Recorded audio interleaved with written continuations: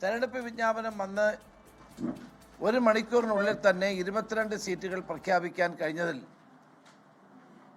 ജില്ലാ കോൺഗ്രസ് കമ്മിറ്റിയെയും പാർലമെന്റ് അംഗമായ MK രാഘവൻ അടക്കമുള്ള സീനിയർ നേതാക്കളെയും ഞാൻ അഭിനന്ദിക്കുന്നു. DCC പ്രസിഡന്റിനെ പ്രത്യേകം അഭിനന്ദിക്കുന്നു, മറ്റ് നേതാക്കളെ അഭിനന്ദിക്കുന്നു. ഇവർ കഴിഞ്ഞ കുറേ ദിവസങ്ങളായി കഠിനാധ്വാനം ചെയ്തതിൻ്റെ ഫലമായിട്ടാണ് വാർഡുകളിൽ നിന്ന് വന്നിട്ടുള്ള ശുപാർശകൾ പരിശോധിച്ച് ഈ 22 സീറ്റുകളിലേക്കുള്ള സ്ഥാനാർത്ഥികളെ ഏകകണ്ഠമായി തീരുമാനിച്ചത്. ബാക്കിയുള്ള സീറ്റുകളിലെ ഏകദേശം ധാരണയായിട്ടുണ്ട്, പക്ഷെ ഒരുമിച്ച് പ്രഖ്യാപിക്കേണ്ട എന്ന് കരുതിയിട്ടാണ്. അതുപോലെ തന്നെ ഇത്തവണ കോഴിക്കോട് കോർപ്പറേഷൻ തിരിച്ചു പിടിക്കണമെന്നുള്ള വാശി എല്ലാ പ്രവർത്തകരിലും ജനങ്ങളിലുമുണ്ട്. അഴിമതിയിലും കെടുകാര്യസ്ഥതയിലും മുങ്ങിത്താണുകൊണ്ടിരിക്കുന്ന 50 വർഷത്തെ ഭരണമാണ് കോഴിക്കോട് ജനതയ്ക്ക് ഉള്ളത്. കോഴിക്കോട് നഗരത്തിൻ്റെ നഷ്ടപ്രതാപങ്ങൾ വീണ്ടെടുക്കാൻ, മലബാറിൻ്റെ തലസ്ഥാനമായ കോഴിക്കോടിൻ്റെ അന്തസ്സ് ഉയർത്തിപ്പിടിക്കാൻ UDF നേതൃത്വത്തിലുള്ള ഒരു ഭരണത്തിന് മാത്രമേ കഴിയുള്ളൂ എന്നത് തെളിയിക്കപ്പെട്ട കാര്യമാണ്. അഴിമതിയും കൊള്ളയും നടത്തി ജനങ്ങളെ കബളിപ്പിക്കുന്ന കോഴിക്കോട് കോർപ്പറേഷനിൽ കോൺഗ്രസ് 49 വാർഡുകളിൽ മത്സരിക്കും. അതിൽ 22 സ്ഥാനാർത്ഥികളെ പ്രഖ്യാപിക്കുകയായിരുന്നു രമേശ് ചെന്നിത്തല. അങ്ങനെ എല്ലാ മുന്നണികളും ആത്മവിശ്വാസത്തിലാണ്. വിവിധ നേതാക്കളുടെ പ്രതികരണങ്ങളാണ് നമ്മൾ കണ്ടത്. നമ്മൾ ഇനി പോകുന്നത് കോഴിക്കോട്ടേക്കാണ്. ദീപക് ധർമ്മടം തത്സമയമുണ്ട്. ദീപക്, അങ്ങനെ നേതാക്കളൊക്കെ ആത്മവിശ്വാസത്തിലാണ്. ഇത് സെമി ഫൈനൽ അല്ല, ഫൈനൽ തന്നെയാണ് എന്നുള്ളത് BJP പറയുമ്പോൾ സർക്കാർ വിരുദ്ധ വികാരം ഉണ്ടാകുമെന്ന് കോൺഗ്രസ് പ്രതീക്ഷിക്കുന്നു.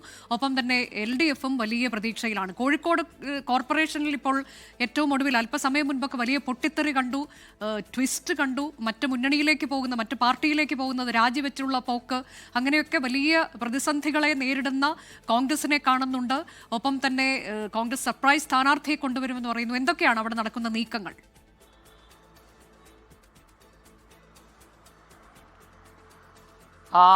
അനുജ പറഞ്ഞതുപോലെ തന്നെ തെരഞ്ഞെടുപ്പ് പ്രഖ്യാപന ദിവസം തന്നെ രാഷ്ട്രീയ നാടകങ്ങൾ അനവധി അരങ്ങേറുന്നു.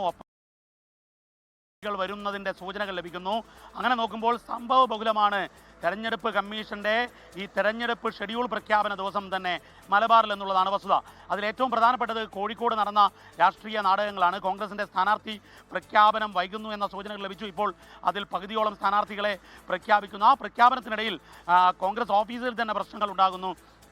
പിണങ്ങിപ്പോകുന്നു, പരാതി നൽകുന്നു, രാജിക്കത്ത് നൽകുന്നു ഒരു ഭാഗത്ത്. മറ്റൊന്ന് ആം ആദ്മി പാർട്ടിയിലേക്കുള്ള പോകൽ മറുഭാഗത്ത് നടക്കുന്നു. ഇതിനിടയിലാണ് സർപ്രൈസ് സ്ഥാനാർത്ഥിയായി ഒരു പൊതു സ്വീകാര്യതയുള്ള സംവിധായകൻ VM വിനു കോൺഗ്രസിൻ്റെ സ്ഥാനാർത്ഥിയായി കോർപ്പറേഷനിൽ മത്സരിക്കാൻ പോകുന്നു എന്ന ഒരു ഡിഫറാണ് ആ വാർത്ത പുറത്തുവിടുന്നത്. അത് ചേവായൂർ, പാറപ്പൊടി വാർഡുകളിൽ ഏത് ഡിവിഷനിൽ വേണമെന്നുള്ള കാര്യത്തിൽ തീരുമാനമാകുന്നു. കോൺഗ്രസ് നേതാക്കൾ VM വിനുവിൻ്റെ വീട്ടിൽ പോയി ചർച്ച നടത്തി എന്നുള്ളത് VM വിനു നമ്മളോട് സ്ഥിരീകരിക്കുകയും ചെയ്തിട്ടുണ്ട്. അങ്ങനെ നോക്കുമ്പോൾ കോർപ്പറേഷൻ തിരിച്ചു പിടിക്കുക എന്നുള്ളതാണ് അഭിമാന പ്രശ്നമായി UDF കാണുന്നത്. അല്പം മുമ്പ് രമേശ് ചെന്നിത്തല മാധ്യമങ്ങളോട് സംസാരിക്കുമ്പോൾ അദ്ദേഹത്തിനാണ് കോർപ്പറേഷന്റെ ചുമതല, KPCCയുടെ ഭാരവാഹി എന്നുള്ള നിലയിൽ ഒരു മുതിർന്ന നേതാവ് ക്യാമ്പ് ചെയ്തുകൊണ്ട് കോർപ്പറേഷൻ തിരിച്ചുപിടിക്കാൻ UDF ശ്രമിക്കുന്നു. കഴിഞ്ഞ 4.5 പതിറ്റാണ്ടായി LDFിൻ്റെ കയ്യിലുള്ള ഒരു പൊന്നാപുരം കോട്ടയിൽ വിള്ളലുണ്ടാക്കാനുള്ള ശ്രമം, അതിനുവേണ്ടിയാണ് പുതുമുഖങ്ങളെ ഇറക്കുന്നത്. മറ്റൊന്ന്, ഈ മലബാറിൽ പരിശോധിക്കുമ്പോൾ കണ്ണൂർ മാത്രമാണ് ആകെ കേരളത്തിൽ ഒരു കോർപ്പറേഷൻ UDF ഭരിക്കുന്നത്.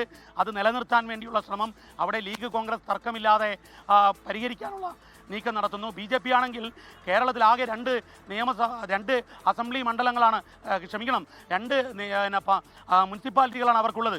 അതൊന്ന് പന്തളവും ഒന്ന് പാലക്കാടുമാണ്. അസംബ്ലി മണ്ഡലത്തിലേക്ക് വിജയിച്ചു വരാൻ വേണ്ടി സാധ്യത കാണുന്ന 2 പ്രദേശങ്ങൾ, അത് നിലനിർത്താൻ വേണ്ടി BJPയുടെ ശ്രമം. അതിൽ പാലക്കാട് എങ്ങനെയെങ്കിലും പരാജയപ്പെടുത്തുക എന്നുള്ള ലക്ഷ്യത്തോടെ ഒരു ഭാഗത്ത് UDFും മറുഭാഗത്ത് LDFും ഉണ്ട്.